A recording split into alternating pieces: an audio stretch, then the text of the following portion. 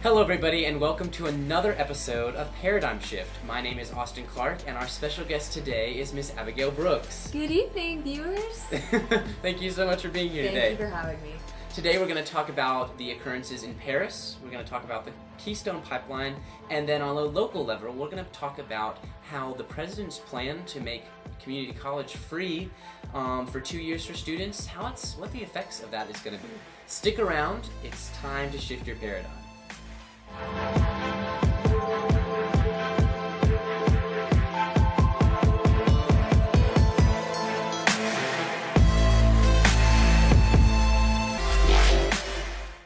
On January 7th, 2015, two Islamic extremists walked into a satirical publication, Charlie Hebdo, and shot 12 people in response to the publication producing crude and obscene depictions of the Prophet Muhammad.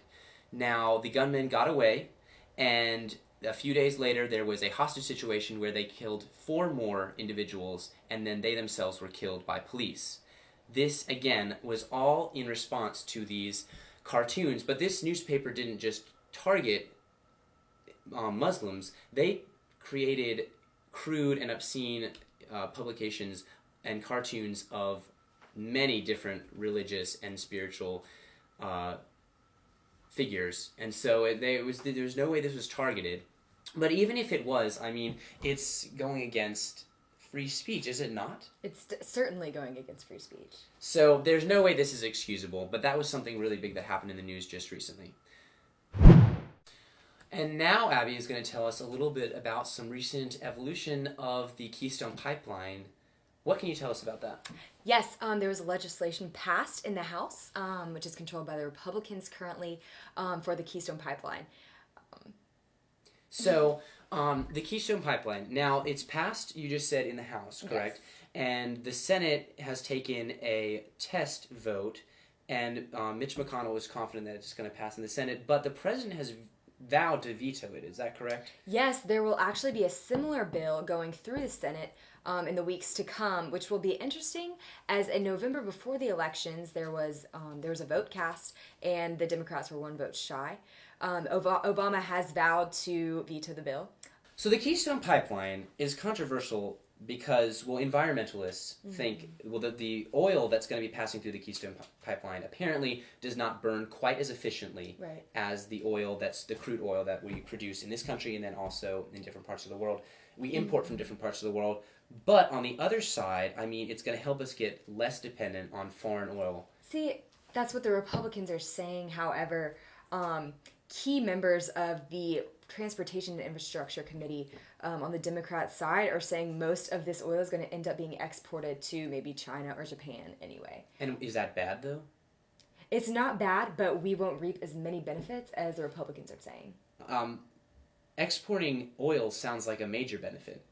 But if we think about the $8 billion cost and the hazards that it's $8 billion cost. What is our trade deficit right now? It's in the trillions. I'm almost 100% positive. What does our debt look like? I think we need more exports. I mean, there's no question we need more exports. However, we also have to consider the implications of the environment, as the Keystone Pipeline would go right through the Ogallala aquifer, which is supporting currently $2 billion worth of agriculture. Is Really? it really worth it? Yeah. It's one of the largest freshwater aquifers in the entire world. Would it really completely destroy that, or would it just have... It would not destroy it, but there are risks involved, absolutely. There are risks. Okay, all right. The thing that I've heard is that the implications with global climate change, which I have recently looked into the evidence, and there's a lot of discussion and then debate over if the National Weather Service or whoever got these the results for charting this data of global climate change or global warming or whatever were even gathered correctly. And so that's why I'm a little skeptical with how much is this going to have to do with global climate change, because the results, there's studies and papers written that, where they have their placements, is by air conditioning vents, or where it used to be clear open space so they could get an accurate reading is now near cities where there's a lot of heat coming off of concrete. So when the biggest thing, I hadn't even heard what you said, the biggest thing that I saw in opposition was its effect with global climate change, and I didn't know if that was going to be an actual issue because the results, as I said, the data that has been collected isn't even 100% foolproof anyway. Well, there are several other oppositions, as well as economic ones. They Republicans have been vying for this pipeline for reasons for employment. However, results and studies have not resulted. Oh yeah, I think no. So yeah, what you're saying is it's only gonna. I saw the same thing that you did, I think, which was it's only going to be 50 jobs. 50 jobs. But building it is going to create a lot of jobs. Yeah, but they're temporary. And so what effect does that truly have on the global economy? It gets, hundreds of people temporarily jobs. But on what wouldn't it be good to it? Well, I mean, again, we just discussed the costs, and there's fair on both sides. More. I'm still very in support of having more exports because we could be controlled by the countries that we owe money to if it came down to the line. So I think the more things we export, especially to China, is good. The more exports, the better. So if we're getting this oil and we are exporting most of it, I think that's a win-win. I think if it helps us get off foreign oil, that is spectacular. And then if it doesn't do that and we're able to export it, I think that's also spectacular. Well, good news for you. The Republicans are probably going to pass this bill in the Senate coming soon. We will see how this plays out in the White House, however. I guess we will. And we know what the president's going to say. Speaking of the president, did you see that Mitt Romney told some of his supporters and donors that he might be running in 2016? I sure did. How do you feel about that? I think he's not a good candidate. He didn't win in, 2012? Is that when he ran? Mm-hmm. But if you think about the unrest abroad and the health of the economy, what do you think about that? Yeah, no, I thought he was a good candidate when he did run, and I supported a lot of the same things he did, a lot of his political plans. But to me, I don't think he's conservative enough. This last midterm election, the people told the government that we want more conservative values and Republican values. I don't know if Mitt Romney is on the same page with that. Is that what the people told the government, or were they just subject to the millions and billions of dollars of spending that they did on behalf of election costs? Well, no, I guess that's maybe somewhat true, but the people still, in the end, said. I would like to think, and I am, 100% believe that in the end, Americans are going to choose what they want. So do you think that then they would vote for the Republican president? The Republican primary candidate? I don't know. I don't think Mitt Romney is a good choice. And I don't know who would be. I personally really like Ben Carson. But I don't think... I hate Hillary.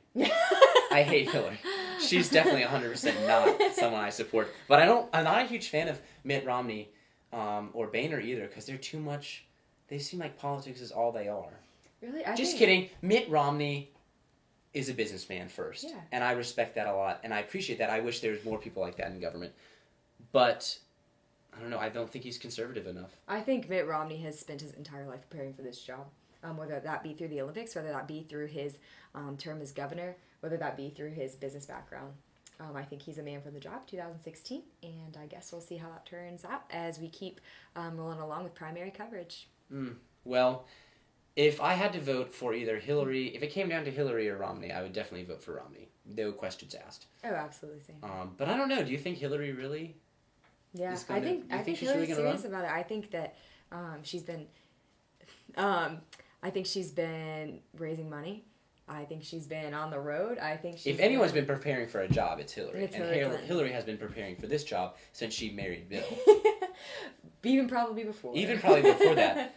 I'm thinking probably Bill was a stepping stone for her own political... She's a very ambitious woman, Absolutely. For sure, but I don't think she married Bill for his character. I don't think anyone would marry Bill for his character. Okay.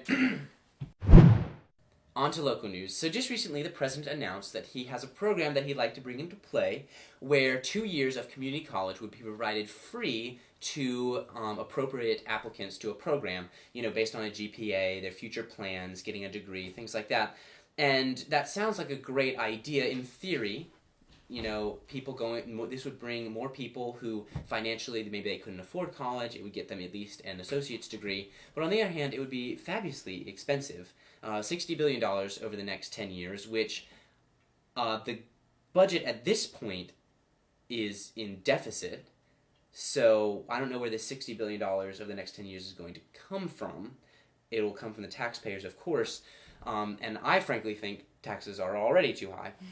But anyway, and that's not even a complete check from the federal government. States, by themselves, will have to cover 25% of this cost themselves, which states are also equally as strained as the federal government when it comes to balancing their budgets. There are several states that have done a good job, but locally in North Carolina, it is just recently that we paid back a lot of money that we had on loan from the federal government.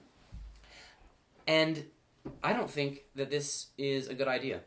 I think that if you're going to have community college, that if you had this program, it would just turn into another, 2 more years of high school.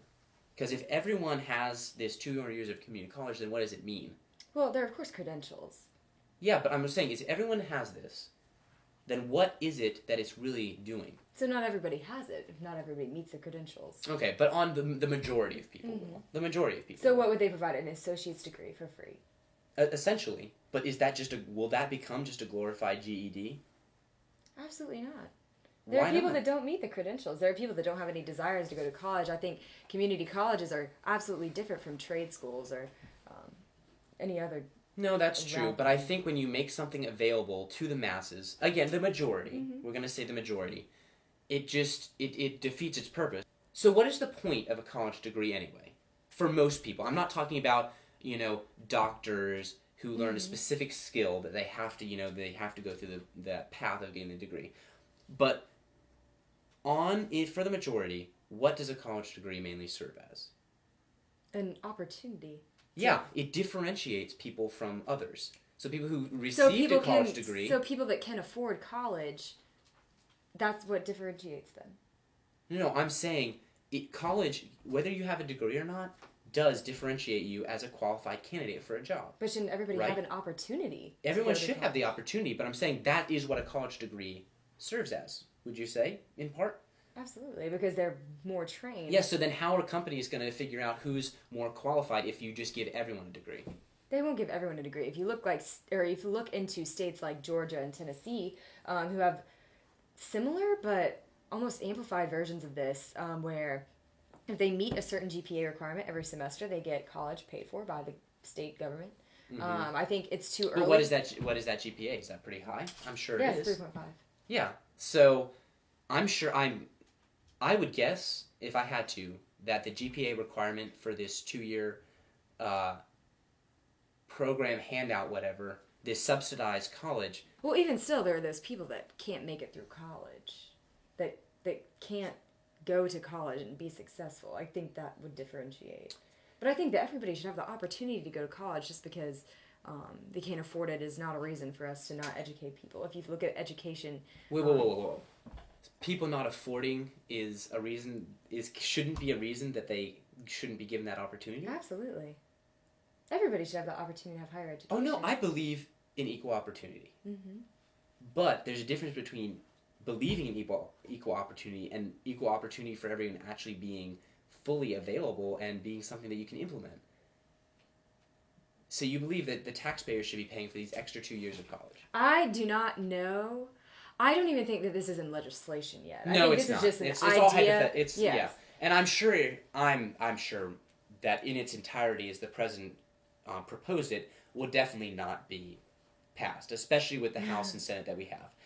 But I'm saying still, I believe in equal opportunity, and I think that's what the beauty of our country. Because people who don't go to college but are still very driven can start their own businesses.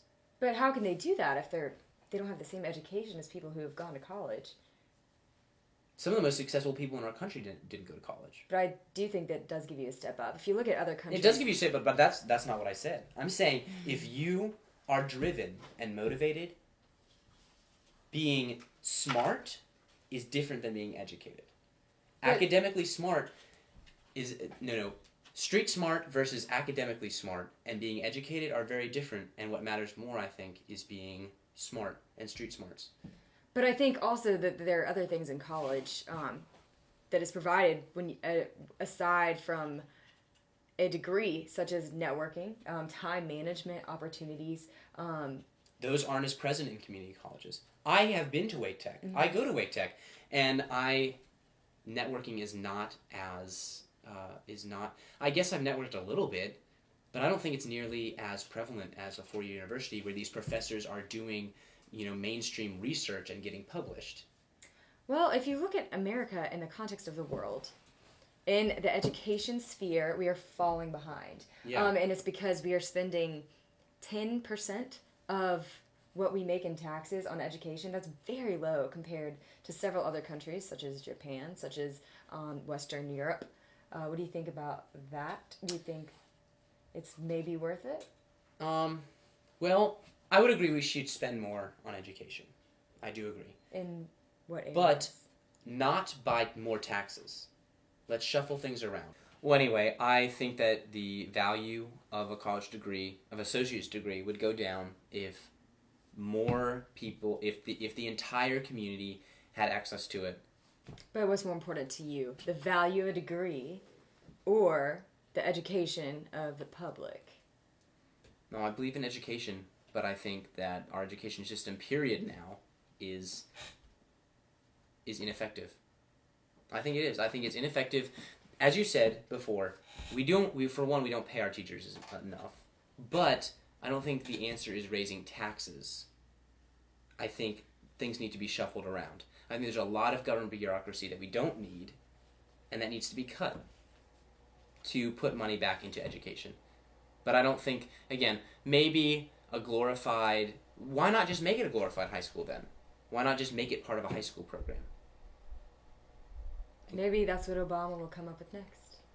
Maybe so. Again, I guess, as we said, it's all hypothetical. In this stage of the game. Here's this week's Fast Flash News Update. Federal prosecutors recommend felony charges against David Petraeus. The U.S. economy only added 250,000 jobs in the month of December. China leads the pack in green energy investments. SpaceX successfully launches Falcon rocket towards the International Space Station. An exercise injury could have left Reid blind in one eye. That was this week's Flash News. Thank you guys so much for tuning in. As always, everything we talked about here in the discussion portion and in the Fast Flash News portion will be listed in the description below so that you can read up on the stories yourself. If you have a comment or something you'd like to say based on this video, please leave it in the comments below. Like this video if you liked it and share with your friends. See you next week. I hope we were able to shift your paradigm.